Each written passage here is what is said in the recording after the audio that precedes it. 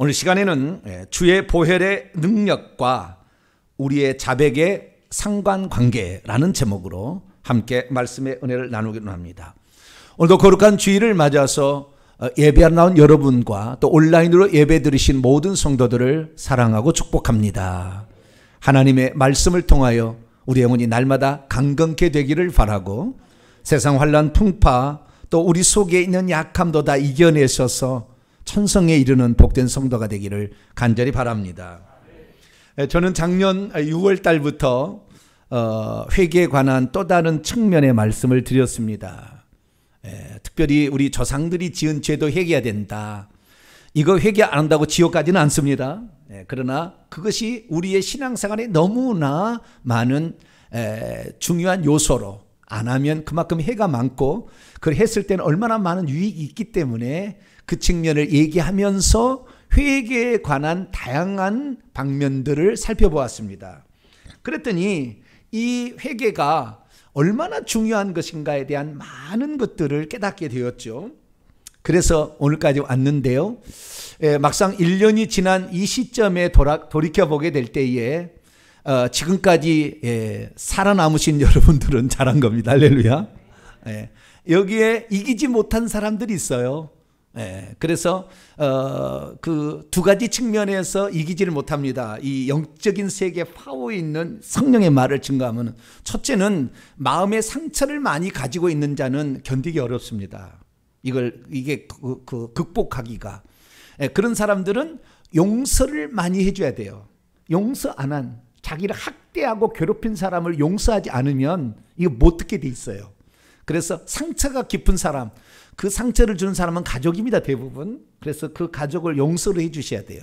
그러지 않으면 이 말씀을 듣기 어렵고요. 또 하나는 어떤 그 조상 때부터 내려오는, 나는 상관이 없는데 조상 때부터 내려온 귀신의 영향을 많이 받고 있으면 이 말씀을 듣기가 어려워요. 그것이 말을 못 듣게 하고 회개를 방해하거든요. 그래서 어려우니까 어찌하든 인내하셔야 됩니다. 때로는 이 말씀을 내가 감당하기에는 너무나 벅차다 그래도 기다리고 인내하셔야 되고요. 그 말씀을 집에 가서 다시 곱씹어서 이렇게 듣게 되면 여러분의 놀라운 영적 성장이 있을 줄로 믿습니다. 올해 제가 이렇게 말씀할 수밖에 없었던 것은 올해의 주제를 영적인 전사로 만든다. 제가 이렇게 무장한다기 때문에 이렇게 말씀을 좀 깊게 들어간 거예요. 그래서 사실은 이 말씀들이 상당히 우리에게는 부담스러운 말씀이 될 수 있어요. 때로는 자기 마음에 부딪혀 와서 너무 힘들 때도 있을 거예요. 그러나 잘 견디시길 바랍니다. 하나하나씩 나중에 다 살펴보게 되면 피가 되고 살이 되어서 여러분의 영적인 군사가 계급이 팍팍 올라가게 될 거예요. 그래서 몇 년 지나게 되면 귀신 입 같은 걸 팍팍팍 쳐내는 아주 토막까지 칠 수 있는 그런 사람으로 성장할 거니까 말씀을 잘 들으시고, 제가 혹시 말에 실수를 하거나 혹시 나에게 관계된 말을 한다, 전혀 저는 그런 말을 하지 않습니다. 오직 성경에 있는 말만 하는 것이니까 혹시 나에게 두고 한 얘기, 저는 그런 거 없어요. 그런 거 없으니까 성경대로만 저는 얘기하는 거니까 그렇게 아시고 폭넓게 받아들이시고 마음을 잘 열고 받아들이게 되시길 바랍니다. 제가 이 회개라는 것을 증언을 작년 6월 달부터 더 강력하게, 더 깊이, 더 세력, 귀신과 관련돼서 말을 하다가 보니까 제가 깨닫게 되는 한 가지 사실이 있었는데, 그 깨닫게 되는 그 사실이 자백과 회개, 자백과 용서의 관계예요. 자백과 예수의 피가 어떻게, 자백할 때 어떻게 우리의 죄를 용서해 주시나, 이거에 대한 관계예요. 그래서 이것이 선명하지를 못했습니다. 그런데 이제는 선명하게 알게 됐어요. 우리가 자백을 하게 되면 예수의 피가 어떻게 우리의 죄를 용서되는가, 뭐 이런 거죠. 그래서 오늘 말씀을 제대로 끝까지 들으시게 되면 여러분들은 회개할 마음이 저절로 막 날게 될 거예요. 아, 이래서 회개를 목사님이 그동안에 뭐 15년 이렇게 얘기하고 있지만 정말 회개가 이렇게 중요했구나라는 사실을 알게 될 텐데, 오늘 그 예수의 피와 그 회개의 상관관계에 온전히 하나님의 말씀을 들으심으로 여러분의 삶에 놀라운 영적인 진보가 있게 되기를 간절히 바랍니다. 예수 그리스도께서는 이 땅에 오신 하나님이십니다. 육신을 입고 오신 하나님이시죠. 그러나 그분은 태어났기 때문에 아들이라고 불린 것이고, 또한 이 땅에 보냄을 받았다는 측면에서 자신을 아들이라고 표현을 했습니다. 그렇지만 그분은 사실 하나님 자신이시죠. 그래서 요한복음 8장 24절, 28절, 58절 보면은 나는 스스로 있는 자니라 라는 얘기를 하셨다는 것을 헬라 원문을 보면 나옵니다. 개역성경은 아무리 봐도 안 나와요. 왜냐하면은 이 사실을 개역성경을 번역한 자가 몰랐기 때문에, 그때 당시에는 몰랐기 때문에 이 번역을 못 해준 거예요. 그러나 헬라 원문은 그렇게 돼 있어요. 그래서 우리가 예수님을 진심으로 전능자로 믿게 되기를 축원합니다. 그 전능하신 하나님이 그런데 한때 인간이 되어서 이 땅에 살다 가셨어요. 33년 반을. 그러면 예수님께서 이 땅에 육신을 입고 왔다가 가셨다는 그분의 그 사실에 대해서 우리는 어떻게 그것을 알 수가 있을까요? 두 가지를 알 수 있겠죠. 내가 그분을 직접 봤어. 나는 그분이 이렇게 병자를 고치고 귀신을 쫓아내고 그분이 십자가에 죽는 것을 내가 봤어 라고 하는 사람이 기록을 남기는 거죠. 그래서 우리는 그 기록을 통하여 예수님이 실존했다라는 사실을 알 수가 있습니다. 뿐만 아니라 그분이 살다 간 그 발자취, 고고학적인 장소들 또는 고고학적인 유물들이 예수님께서 성찬식을 집행했던 마가 다락방이 지금도 유대 땅에 가면 있는 거예요. 예루살렘에. 저도 거기 들어가 봤어요. 거기 있는 거예요. 예수님이 걸어가던 골고다의 언덕길 비아 돌로로사가 지금도 있어요. 그렇기 때문에 그 고고학적 유물을 통하여 이게 실제한 분이다 라는 사실을 알 수가 있겠죠. 그러나 그분이 육신 자체가 이 땅에 왔다 갔던 것은 시간이 지났고 제3자적인 것이지 실제적인 예수님이 여기에 있지는 않잖아요. 왜냐하면 예수님은 그 몸을 좀 놔두고 가면 얼마나 좋겠어요? 이 땅에. 근데 가실 때 그 몸을 갖고 가셨네. 왜 그랬을까요? 천국에서도 창자국과 못자국을 보여주므로 내가 사람이 되어서 너희들 위해서 죽었다는 것을 너는 잊지 마라. 이것이 바로 그 증표다. 그래서 천국에서 일찍 죽임을 당한 어린 양으로서 간증하려고 주님은 그걸 갖고 가셨어요. 우리는 안 갖고 갑니다. 이 육신 안 갖고 가요. 그래서 혹시 팔이 하나 잘라졌어도 걱정하지 마세요. 이거 안 갖고 갑니다. 우리는 좋은 몸으로, 신령한 몸으로, 변화된 몸으로, 영광스러운 몸으로 가장 아름다운 몸, 새로운 영적인 몸을 입고 가게 될 것입니다. 할렐루야. 그럼 예수님이 이 땅에 그러면 육신을 그 땅에 오시다 가시긴 가셨는데 우리들이야 우리 조상이 있었다. 무덤을 통해서 알죠. 무덤에 저게 시체가 있었고 저게 좌우지간 족보책이 나오고 그렇게 하니까. 그러면 예수님이 실제적으로 왔다 갔는데 그 육체를 입고 왔다 가셨으면 어떻게 증명할 것인가? 성경을 읽다 보니까 증명하는 것이 세 개가 있다는 것을 알게 되었어요. 그것은 오늘 요한 사도가 말했던 요한 1서에 나와 있는데요. 요한 1서 5장 5절부터 8절 말씀 보면 예수께서 하나님의 아들이심을 믿는 자가 아니면 세상을 이기는 자가 누구냐? 이는 그분은 물과 피를 통하여 오셨던 이시다. 곧 예수 그리스도인데 물로만이 아니요 물 안에서 피 안에서 임하셨고 증언한 이는 성령이시니 성령은 진리니라. 증언하는 이가 셋이니 성령과 물과 피라. 또한 이 셋은 합하여 하나이니라. 예수님께서 육신을 입고 이 땅에 오셨다 가셨다는 것을 증언하는 것이 세 가지가 있다는 거예요. 첫째는 뭐냐? 성령이다 라고 말하고 있습니다. 이 성령은 근데 성령은 사실 우리가 볼 수가 없잖아요. 그리고 예수님께서 가신 다음에 보내주신 또 다른 보혜사잖아요. 그렇기 때문에 사실 성령도 불신자들은 어디 있어? 이렇게 말하면 끝나는 거잖아요. 없다고 하면은. 우리 믿는 자들이야 그걸 느끼기 때문에 알게 되겠지만 믿지 않는 자들은 보혜사 성령은 믿지 않는 자 역사하지 않으니까 그러니까 없다고 할 수가 있어요. 어쨌든 영으로서 지금도 성령께서 예수님이 누구시고 그분이 하신 말씀을 깨닫게 해서 우리가 예수님을 완전히 믿는 줄로 믿습니다. 성령이 도움 없이는 예수님이 이 땅에 오셨다 갔다는 걸 못 믿는 거예요. 두 번째는 물이요 세 번째는 피라고 그랬습니다. 성령은 영이기 때문에 우리가 만질 수 없지만 이 땅에 육신을 입고 가서 남긴 것은 물과 피예요. 사실은. 왜? 몸뚱아리는 갖고 가버렸으니까. 겟세마네 동산에서 땀방울이 핏방울이 되도록 기도하셨잖아요. 물방울이 떨어지면 땀방울이 떨어진 거 아닙니까? 땀방울이 떨어지면 땀방울이 지금도 지구상 어딘가 있을 것이고 에너지 보존의 법칙에 의하여 없어지지 않잖아요. 또 하나는 그분의 피가 흘리셨잖아요. 십자가상에서 못 박힐 때 그 밑에 흥건하게 그 밑에가 피가 고여 있었던 거죠. 예. 그렇기 때문에 피가 남겨놓고 가신 거예요. 그래서 제가 생각해 봤어요. 물은 예수님이 땀방울 흘렸어도 물은 이 땅의 물을 마셔서 나온 게 아닌가. 예. 그러니까 우리의 물이나 예수님의 물이나 똑같을 거다, 성분은. 내가 그렇게 생각합니다. 예. H2O. 소금기가 조금 더 예수님은 좀 있었을 것 같아요. 우리보다는. 예. 그 막 목마르셨으니까. 예. 그리고 어쨌든 이 물은 똑같은 물일 거다 생각. 그런데 피만큼은 다른 거죠. 우리가 가지고 있는 피와 예수 그리스도의 피는 다르니까. 이게 오늘 중요한 소재입니다. 피가 다르다는 거. 그분은 남자의 씨가 들어가지 않고 사람 되신 분입니다. 피가 다른 거예요. 네. 그래서 그 피가 어떤 피인지 오늘 이제 좀 이따 공부를 하게 될 겁니다. 그래서 이 피가 이 지구상에 지금 남겨 있습니다. 그 피가 론 와이어트라는 미국의 고고학자를 보니까요, 그 골고다 언덕에서 십자가 그 밑에 있던 피가 지진이 났어요. 그 돌아가실 때. 그래서 이 틈이 생겨가지고 그 틈 사이로 그 피가 흘러내려가가지고 그 밑에 에레미야 동굴 있는데 그 밑에 더 내려가니까 거기에다가 옛날에 므낫세 왕으로 추정되는 그때 법궤를 거기다 옮겨놨어요. 그래서 법궤 속죄소 위에 그 피가 떨어져 있는 거예요. 그것을 긁어다 와가지고 유대 혈액연구에서 발표를 했더니 남성의 유전자가 없는 피라고 나와요. 결론이.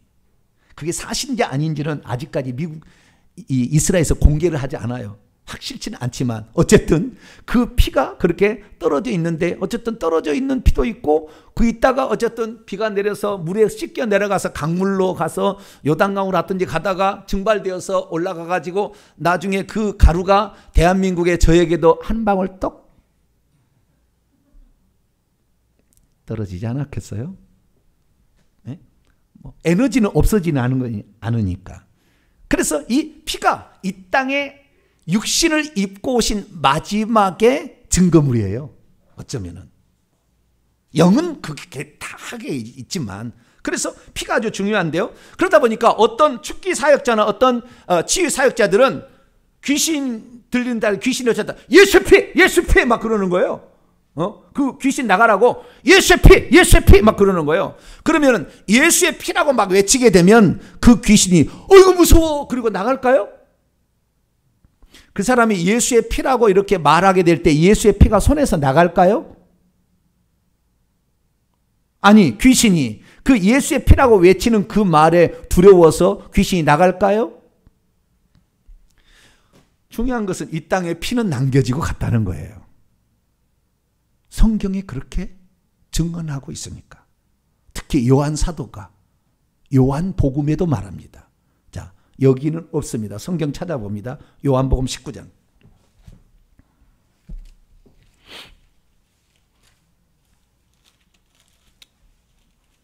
요한복음 19장 34절입니다.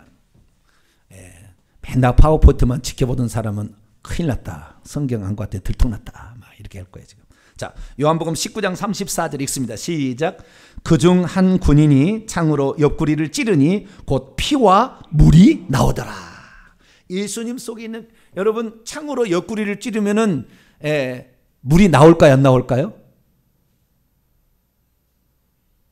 옆구리를 탁 찌르는데 물이 나올까요, 안 나올까요? 물 안 나와요. 피만 나오지. 사람 찔러보세요. 물은 소변으로 나오고 땀으로 나오는 거예요. 입으로도 침으로도 나오지만 옆구리를 찌른다고 옆구리에서 물이 안 나와요.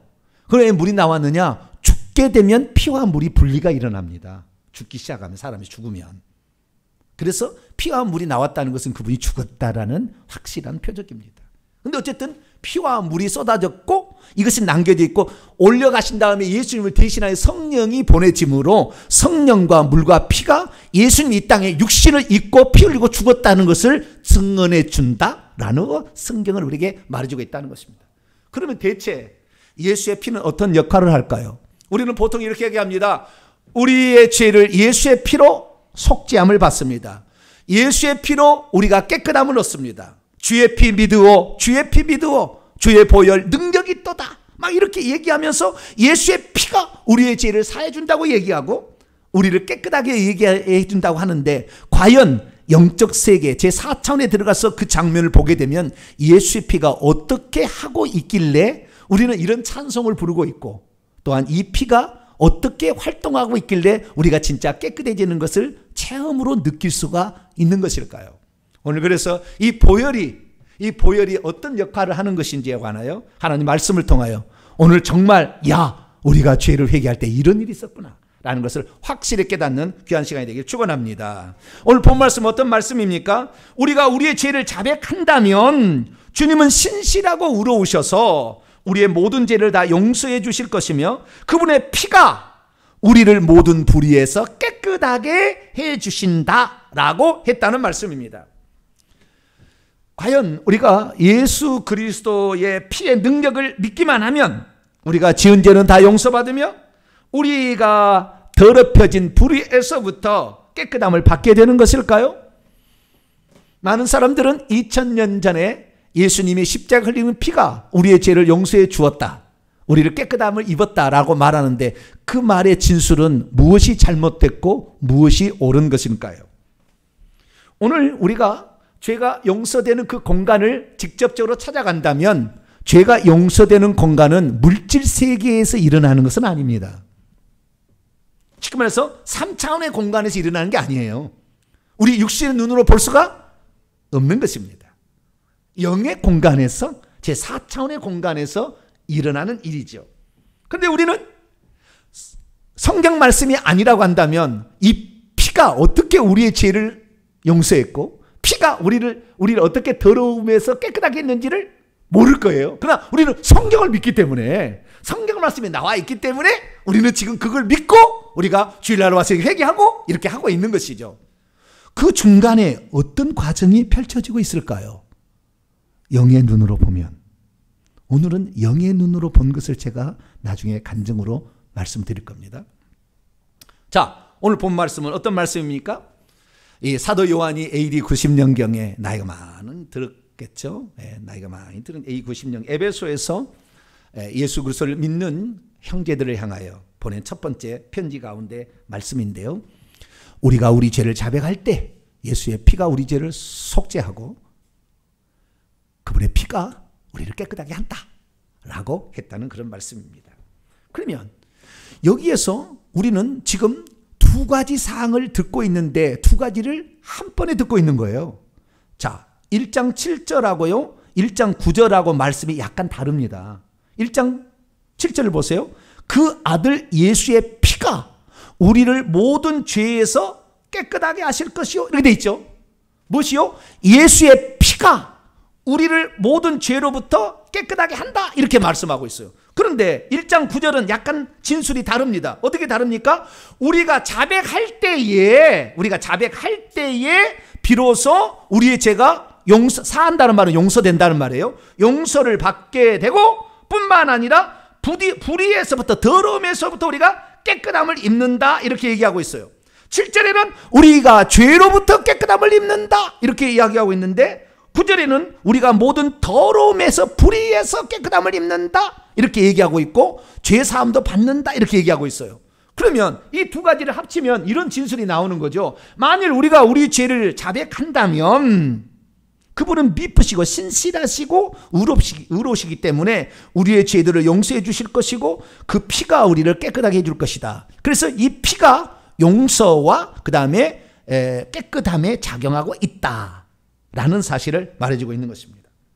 믿음이 없으면 자신이 지은 죄가 어떻게 깨끗함을 입는지, 어떻게 용서되는지를 정확히 모릅니다. 믿음이 없으면 예수의 피가 아무리 능력이 있다 할지라도 우리가 자백할 때라야 비로소 깨끗하게 된다는 것을 모릅니다. 믿음이 없으면 우리가 우리의 죄를 자백할 때라야 우리의 죄가 용서함을 받는다는 것을 모르고 예수님이 2000년 전에 흘리신 피로 용서되어 버렸다고 착각하게 됩니다. 우리가 믿음이 없으면 우리가 예수님을 믿을 때에 이미 우리는 깨끗함을 받았다, 우리는 죄사함을 받았다, 그러니 나는 구원을 받았다 라고까지 진행할 수가 있습니다. 예수님에 대한 믿음이 부족하면 우리가 지은 죄를 잡아가지 않아도 우리가 믿기만 해도 죄 용서를 받게 될 것이고 모든 더러움에서 깨끗해야 된다는 이러한 이단의 사상에 빠지게 됩니다.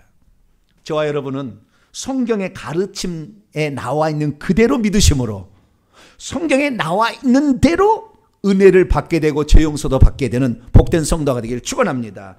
그러기 위해서는 우리가 죄를 자백해야 된다는 말에 우리는 아주 중요한 방점을 찍어야 된다는 것입니다. 그럼 왜 자백한다는 것이 그렇게 중요한 것인가? 이제부터 조금 더 들어가도록 하겠습니다.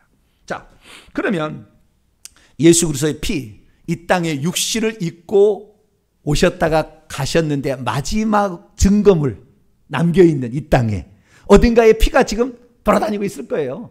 강릉에도 있고 태평양 바닷가에도 있을지 모르겠어요. 수증들이 올라가가지고 어딘가에 지금 있을 건데 그 피를 이 땅에 이렇게 남겨놨던 그 이유는 무엇이냐는 거죠. 그 피가 모든 사람에게 혜택을 베풀 거라는 강한 암시를 우리에게 지금 주고 있는 것입니다. 그러면 왜 예수의 피는 모든 사람의 죄를 용서할 만하며 왜 예수의 피는 모든 더러움에서 우리를 깨끗하게 할 만할까요? 그것은 서도 얘기했습니다마는 예수의 피가 우리의 피하고 다르기 때문이죠. 우리의 피는 우리 어머니로부터 아버지로 물려받은 것입니다. 올라가면 아담까지 올라갑니다. 하와는 아담으로서 나왔어요. 아담에게 올라갑니다. 근데 그 아담이 범죄함으로 말미암아 결국에 그 피는 오염이 되었습니다. 그래서 오염된 피를 갖고 태어난 모든 사람들은 다 죄로 오염된 상태이기 때문에 우리의 피는 깨끗한 피가 없어요. 그런데 남의 죄를 용서하기 위해서 속죄 제사를 드리는 율법의 규정을 보게 되면 죄 있는, 흠 있는 그런 제물로는 죄를 속죄할 수가 없어요. 깨끗하고 흠 없는, 죄 없는 것만이 가능하다 이렇게 얘기를 하고 있어요. 그런데 예수 그리스도께서 그러면 왜 처녀에 태어날 수밖에 없었느냐? 죄 없는 사람이 되시려면 그 방법밖에 없었기 때문에 그런 거죠. 그래서 사도 베드로는 이렇게 고백합니다. 직접 그 옆에서 자기가 지켜봤잖아요. 너희가 알거니와 너희 조상이 물려준 헛된 행실에서 속죄함을 받게 된 것은 은이나 금같이 없어질 것으로 된 것이 아니요 오직 흠없고 점없는 어린 양 같은 그리스도의 보배로운 피로 된 것이다. 그리스도의 피만이 깨끗한 피요, 그리스도의 피만이 순결한 피요, 그리스도의 피만이 죄가 없는 유일한 피다. 이렇게 베드로는 우리에게 말씀하고 있는 것이죠. 그것을 위해서 동정녀 마리아에게 잉태될 수밖에 없었고 예수께서는 그 속죄 제물이 되시기 위해서 자기의 피를 속죄 제물로 영원한 속죄를 이루기 위해서 내주었다고 히브리서 기자도 분명하게 우리에게 말씀하고 있는 것이죠. 그렇기 때문에 우리가 예수 그리스도께서 십자가상에서 행하신 일을 우리가 생각할 때 우리는 피 흘려 죽었다는 이 측면을 생각하는데 사실은 이것만이 아니에요. 두 가지가 동시에 진행된 겁니다.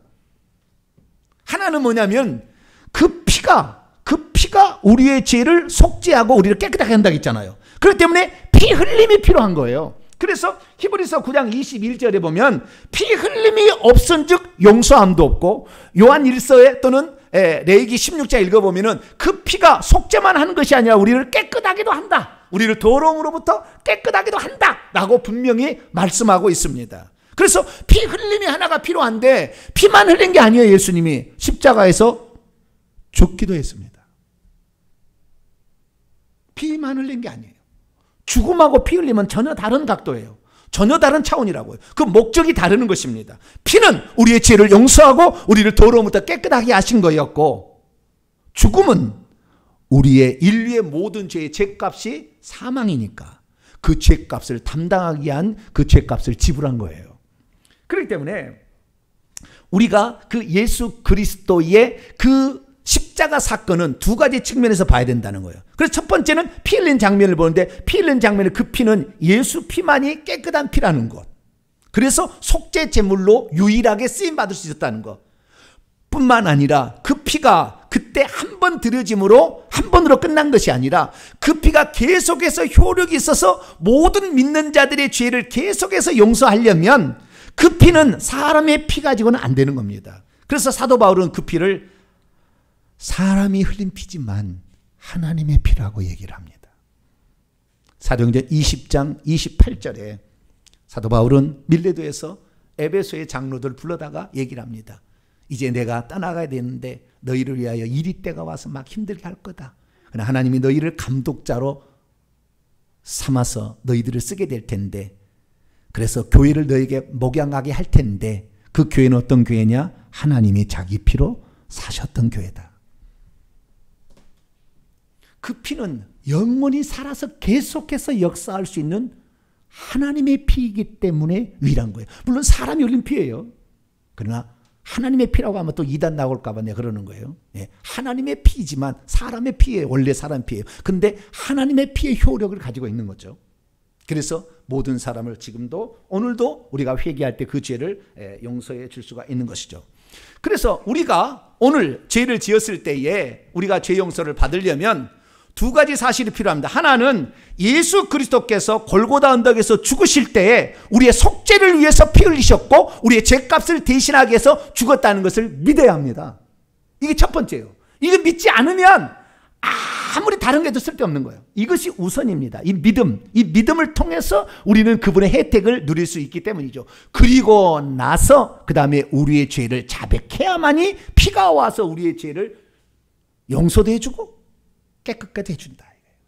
그래서 첫 번째는 그분이 십자가상에서 그날 피 흘리고 죽으신 사건은 인류의 속죄를 위한 희생제사로 드려졌다. 할렐루야. 이 사실을 확실히 믿게 되기를 축원합니다. 그래서 그 사실을 사람들이 믿지 않을까 봐 하나님께서는 장차 인류의 죄를 대속해서 죽으실 그 메시아의 그리스도의 죽음을 계속해서 예언했으니 당일날 이룰 사건을 25가지 예언을 해줬고, 그분이 일생 동안 살아서 이런 사람이 죽으면 이것이 바로 메시아가 죽는 것이고 이것이 바로 인류의 속죄를 위한 대속 제사인 것을 알아라 라고 그분이 어떤 분으로 어디에서 어떻게 태어나서 어떻게 살 것을 무려 350가지가 성경에 예언되어 있어요.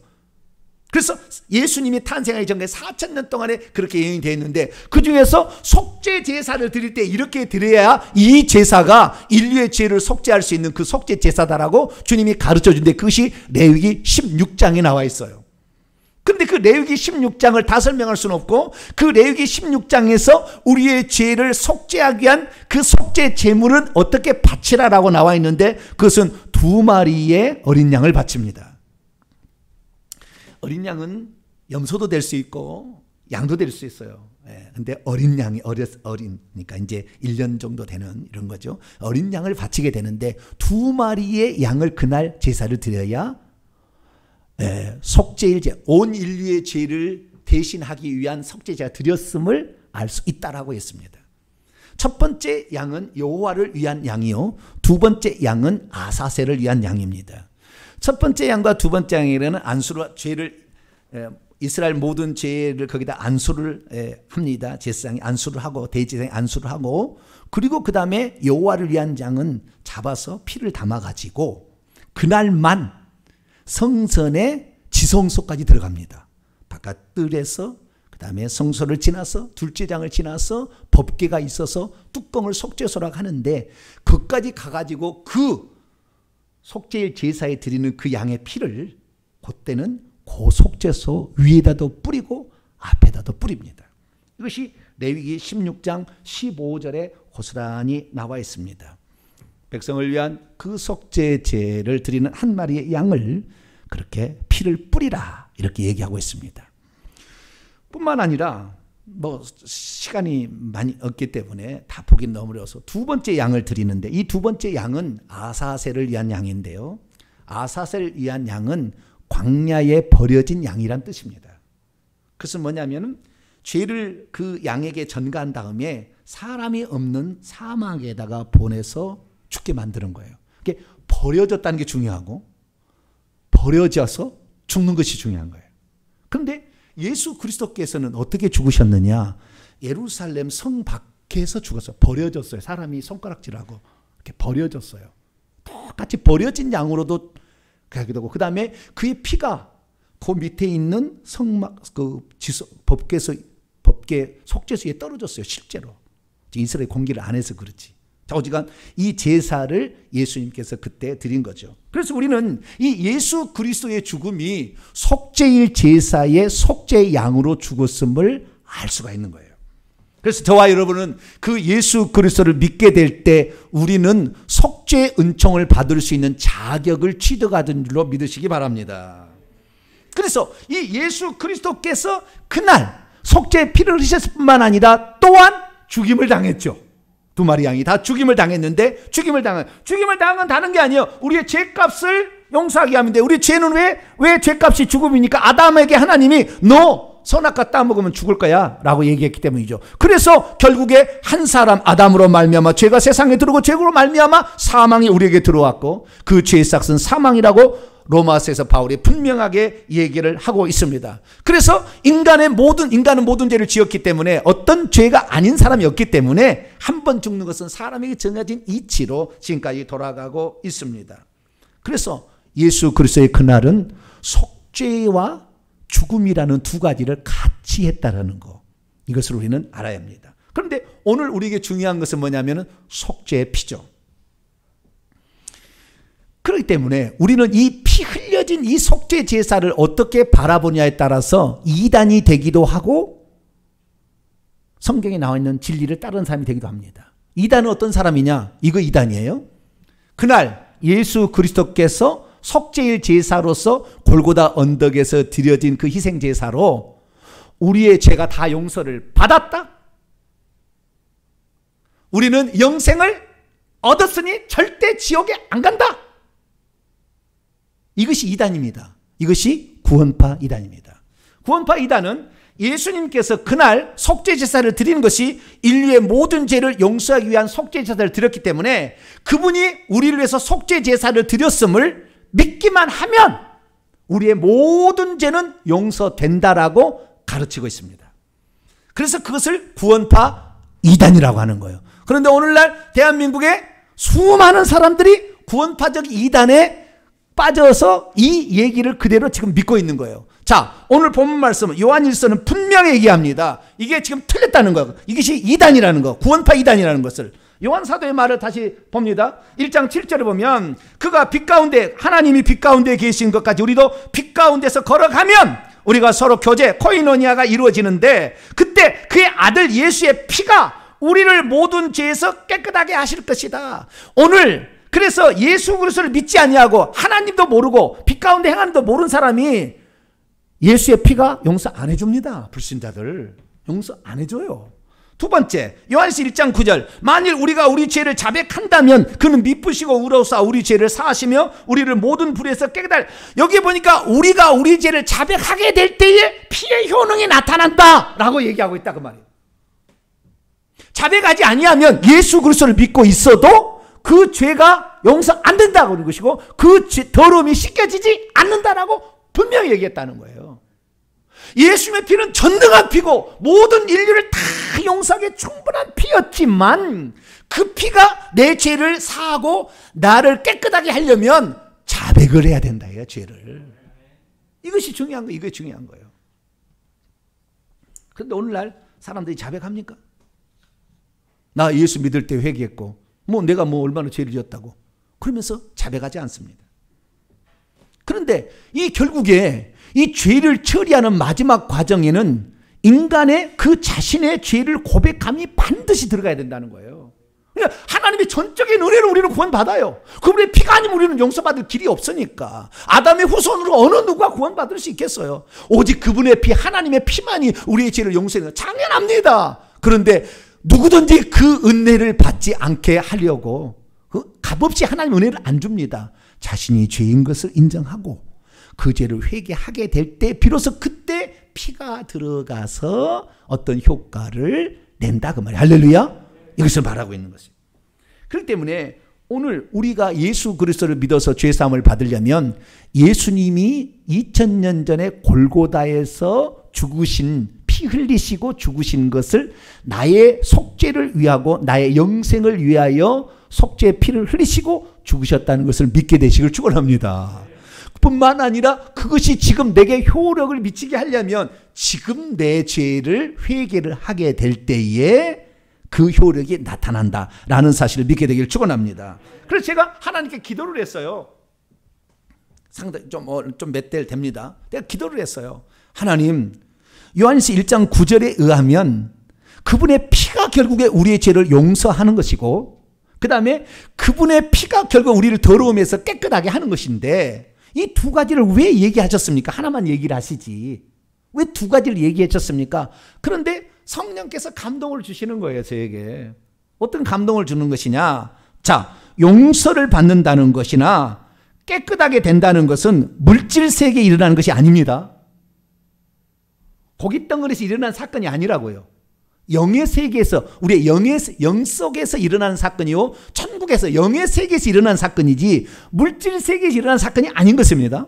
우선. 그런데 이 두 가지 사건이, 자, 용서를 받는다는 것은 무엇을 말하는 거냐? 성경이 이렇게 얘기합니다. 그 용서는 속죄제사인데, 속죄제사는 어떻게 해요? 피를 뿌려야 된다 얘기하겠다고요. 그 피를 뿌려야 된다. 어디에? 속죄소 위에 피를 뿌려야 된다는 거예요. 이건 무슨 말이냐면, 속죄소 안에는 율법의 두 돌판이 들어있는데 그것이 우리를 정죄하게 되는데, 그것을 피를 덮어버리면 정죄를 못하게 된다는 거예요. 그러니까 다시 말해서 우리가 죄를 짓게 되면 두 가지 사실이 우리에게 발생하게 되는데, 하나는 천국에 가면 우리의 행위책에 기록이 됩니다. 왜? 날마다 보고천사가 우리의 지은 죄를 갖다가 보고를 하게 되면 기록하는 천사가 그 행위책에다 기록을 합니다. 그래서 우리의 죄된 행위들이 낱낱이 죄가 하나하나씩이 다 거기에 기록이 돼, 행위책에 기록이 되는 거예요. 그런데 예수 그리스도를 믿고, 그분이 우리의 속죄의 제물이셨고 속죄자를 드리는 분을 믿고 우리가 그 죄를, 이런 죄를 지었습니다. 오늘 제가 간음을 했습니다. 아니, 너무 나쁜 거네. 내가 미워했습니다. 막 이런 죄를 했다고 합시다. 이렇게 하면은 그때 그 미워했던 죄가 기록이 됐을 텐데, 그때 예수의 피가 이걸 덮는 거예요. 왜냐하면 피를 뿌린다고 했을 때 그때 속죄하고라는 말이 레위기 16장에 계속 나오는데, 속죄한다는 말 카파트라는 이 단어인데요. 이 단어는 뜻이 커버입니다. 커버. 덮는다는 거예요. 그래서 천국에 있는 행위책에 예수의 피가 덮어버립니다. 그러면 주님도 그것을 기억할 수가 없어요. 할렐루야. 그래서 우리 죄를 회개할 때는, 회개하기만 하면 여러분의 과거에 부끄러워서 차마 얘기도 못할 많은 죄들이 하나님도 기억하지 않습니다. 여러분 천국에 나중에 가보세요. 여러분이 회개하고 간 죄는 절대 영상으로 스크린은 안 나옵니다. 천국에 나중에 가보세요. 우리의 모든 기록된 것이 뜨는데, 그때 회개한 것은 단 한 건도 안 떠요. 그러니까 여러분 부끄러운 죄가 있다면 빨리빨리 회개하기를 축원합니다. 천국에 가서 그 부끄러운 장면이 다 나오면 어떻게 창피하잖아요. 그러니까 이 땅에서 빨리 회개하셔야 돼요. 그러면 덮어버려요. 그 피가 커버합니다. 그렇기 때문에 우리의 죄가 용서를 받게 돼요. 그러면 용서를 받게 되면 또 하나, 죄를 짓게 되면 그게 기록만 될 뿐만 아니라 우리의 몸의 영에도 기록이 돼요. 우리의 영의 몸에도 기록이 되는 겁니다. 우리 영의 몸에도 기록이 돼요. 그 죄가. 그럼 영의 몸에 죄가 기록이 되게 되면 뭐가 있냐? 귀신이 그 죄를 알고 들어옵니다. 귀신이 그 죄를 알고 들어와요. 그래서 우리 몸 안에 거하고 있습니다. 그러면 내 죄가, 우리가 주일날 와서 이렇게 회개를 하게 되는데, 내 죄가 과연 깨끗해졌느냐, 용서받았느냐, 어떻게 아닙니까? 귀신이 우리 몸에서 나갔으면 내 죄가 지금 용서된 것을 가르쳐 주는 거예요. 왜 제가 귀신을 쫓아야 되냐, 왜 제가 회개를 해야 되냐, 이렇게 강조하는 것은 우리의 죄가 몸의 영에도 기록이 된다니까요. 어떤 영역에 기록이 되는데 그것을 우리는 볼 수 없죠. 눈으로 볼 수는 없으나 이 기록이 되면 그것을 빌미로 귀신이 들어와서 거기에 거주를 하는 거예요. 심장이 죄를 짓게 되면, 마음이 죄를 지면 심장에 분노를 하면은 이 머리에 뭐 다 이렇게 조상지사를 지면 눈 속에 다 이게 기록이 됩니다. 영의 눈입니다. 이게 기록이 되는데 이것을 빌미로 귀신이 들어와서 거주하고 있는 거예요.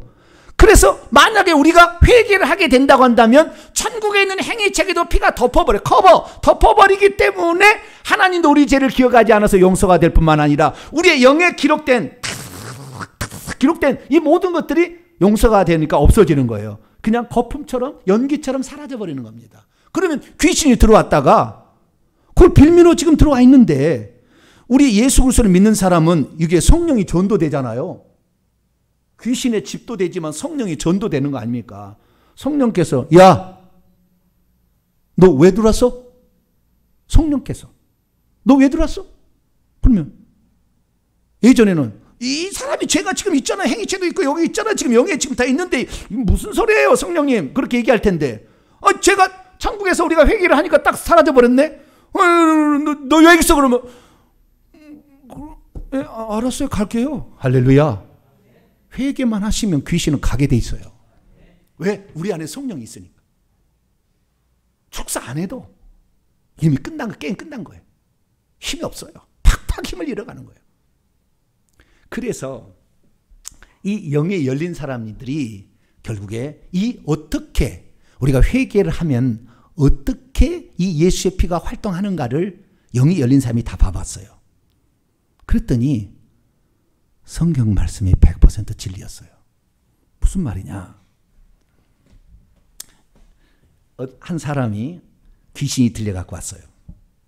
영안이 활짝 열려서 천국도 다 보고 하는 사람이 그 영안이 그 귀신 들려오는 사람에게 주님 불쌍해요. 예수의 피로 저 사람의 죄를 용서해 주세요. 예수의 피를 부어주세요. 예수의 피를 부어주세요. 여러분 영적인 그 깨끗함을 얻어서 영적인 권위가 있는 사람은 진짜 피를 부어달라고 하면 피가 옵니다. 피가 와서 부어요. 영적 색이 일어납니다. 이 사역자가 진짜 능력자는요, 피가 콸콸콸 쏟아지고요. 이 영적인 회개도 안 하고 영적 능력이 없으면 피가 한 방울이나 튀길까? 그래요. 이제 나중에 보시면 돼요. 여러분도 능력이 돼가지고 콸콸콸 쏟아지는데, 그래서 그 귀신 들린 사람에게 피를 부었어요. 그랬더니 피가 들어가는 장면을 보니까 귀신이 있는 자리는 피가 안 들어갑니다. 이 귀신이 머리도 있고 심장에도 있고 자궁에도 있고 다 있잖아요. 근데 피를 부었더니 그 피가 귀신이 있는 자리는 안 들어가고 자기가 죄를 자백해서 그 죄가 용서돼서 연기처럼 사라지는 부분에 피가 들어가는 거예요. 이것은 무엇을 말해주는 것입니까? 예수 그리스도께서 골고다 언덕에서 흘린 피가 내 죄를 용서했다는 거 가짜라는 거예요. 그 피는 지금도 용서하기 위해서 대기하고 있는 것이지 그때 그 피가 내 죄를 용서해 준 게 아니에요. 언제? 우리가 회개할 때에 행위책에서 그의 이름이 덮어지게 될 때, 그의 죄목이 덮어지게 될 때에 그때 우리의 영에 기록된 죄가 용서가 되니까 피가 들어와서 깨끗게 하는 겁니다. 할렐루야. 그래서 제가 이 기도를 하다 보니까 하나님께서 그거다. 속죄는 하늘에서 행위책에서 사라지는 것이고 깨끗하게 되는 것은 네 속에 죄가 떠나고 귀신이 떠나서 깨끗해지는 거야. 할렐루야. 그것을 제게 가르쳐 주더라고요. 그래서 제가 영안이 확실히 열리는 모든 사람들을 통해서 제가 알게 된 사실은 아하, 그렇구나. 우리가 죄를, 낱낱이 죄를 숨기고 그것을 가지고 있다고 한다면 그 죄는 죽을 때까지 계속 남을 수밖에 없구나. 오늘부터 회개를 하실래요? 안 하실래요? 안 하셔도 됩니다. 안 하셔도 돼요. 천국은 귀신하고 죄는 절대 못 가는 데입니다. 다른 거 다 들어가는데 천국에는 죄하고 귀신은 못 들어가요. 그러니까 남겨두시려면 작정을 하셔. 오늘부터 이 죄는 내가 절대 회개할 수 없어. 그리고 딱 남겨두시요. 그러면 죽는 날 영생이 절대 안 지어 죽을 테니까 좌우지간 나는 이 죄를 절대 용서할 수 없어. 그래서 나는 이 죄를 갖고 갈 거야. 그런 사람은 그렇게 하셔도 됩니다. 그러나 오늘 말씀을 들어보시고 성경 말씀이 분명하게 우리는 요한일서 1장 7절과 9절을 통하여 우리가 우리 죄를 자백할 때 그때의 죄가 팍 연기처럼 사라지면서 귀신도 떠나게 되는 그 자리에 예수의 피가 들어와서 깨끗게 하는 줄 믿으시기를 축원합니다. 그때 비로소 예수의 피가 우리의 죄를 깨끗하게 하는 것이에요. 속죄가 먼저 일어나고 그 다음에 피를 깨끗하게, 피가 우리의 영을 깨끗하게 해서 그 귀신이 나가게 하는 것입니다. 그러니까 우리가 왜 정병진 목사가 그처럼 회개를 하라, 자백을 하라, 회개를 해야 된다. 그래야 용서가 일어난다. 회개를 해야 귀신이 나간다. 귀신은 회개하지 않으면 안 나간다. 왜 그렇게 예치했느냐? 그 피가 들어와서 역사하려면 우리가 죄를 회개해야 그 피가 역사하기 때문에. 그것이 아니면 안 되기 때문에. 이것은 영의 세계에 들어가서 영이 열린 사람이 보시게 되면 확실히 아는 거예요. 오늘부로 우리는 마음을 고쳐먹어야 합니다. 내 죄를 가지고 있어도 나는 괜찮겠지. 하나님 나를 사랑하니까 나를 구원하시겠지. 아니에요. 우리를 사랑하지만 우리가 자백하지 않으면 주님이 버릴 수밖에 없다. 남겨두고 갈 수밖에 없다. 죽는 날 성령은 우리 안에 죽을 때까지 떠나지 않으면 죽는 순간에 우리를 떠날 거예요. 왜? 죄를 가지고 있는 너를 나는 신부로 맞이할 수 없다. 예수의 피로 너의 옷을 빨아라. 회개를 해야. 그래야 문들을 통하여 예루살렘 성에 생명나무에 나아가며 성 안에 들어갈 수 있다. 할렐루야. 말씀하고 있으니까 오늘부로 진심으로 우리 죄를 회개하셔서 하늘의 행위책에도 너 천국에 가면 부끄럽지 않도록 영상이 펼쳐질 때 죄의 모습이 안 나오도록 하시기를 바라고, 이 땅에 귀신이 다 나가서 우리가 죄가 나갔는지 안 보이지만 귀신이 나간 걸 통해 아는 거예요. 우리가 사실. 그래서 왜 귀신을 쫓아내야 되는 것인가? 제가 이렇게 얘기하는 것은 그렇구나. 우리의 죄가 용서받은 증거로서 귀신도 나가고 예수비도 흥건히 부어져서 깨끗해진다. 이런 깨끗한 자, 그런 자가 하나님도 볼 것이고 하나님 나라도 들어갈 줄로 믿습니다. 거룩하신 하나님 감사합니다. 오늘 왜 우리가 회개를 해야 되는가? 왜 우리가 자백해야 되는 것인가? 하나님 분명히 알게 하시니 감사합니다. 우리의 죄를 회개해야만이 저 행위책에도 우리의 제목이 덮어져서 없어지게 되고 이 땅에 내 영 속에 기록되어 있는 죄가 사라져서 귀신도 결국에 떠나게 된다는 사실을 알았습니다. 날마다 죄를 남김없이 회개하여서 깨끗한 자가 되어 거룩한 자가 되어 천국에 들어갈 수 있도록 도와주옵소서. 우리 주 예수 그리스도의 이름으로 기도하옵나이다.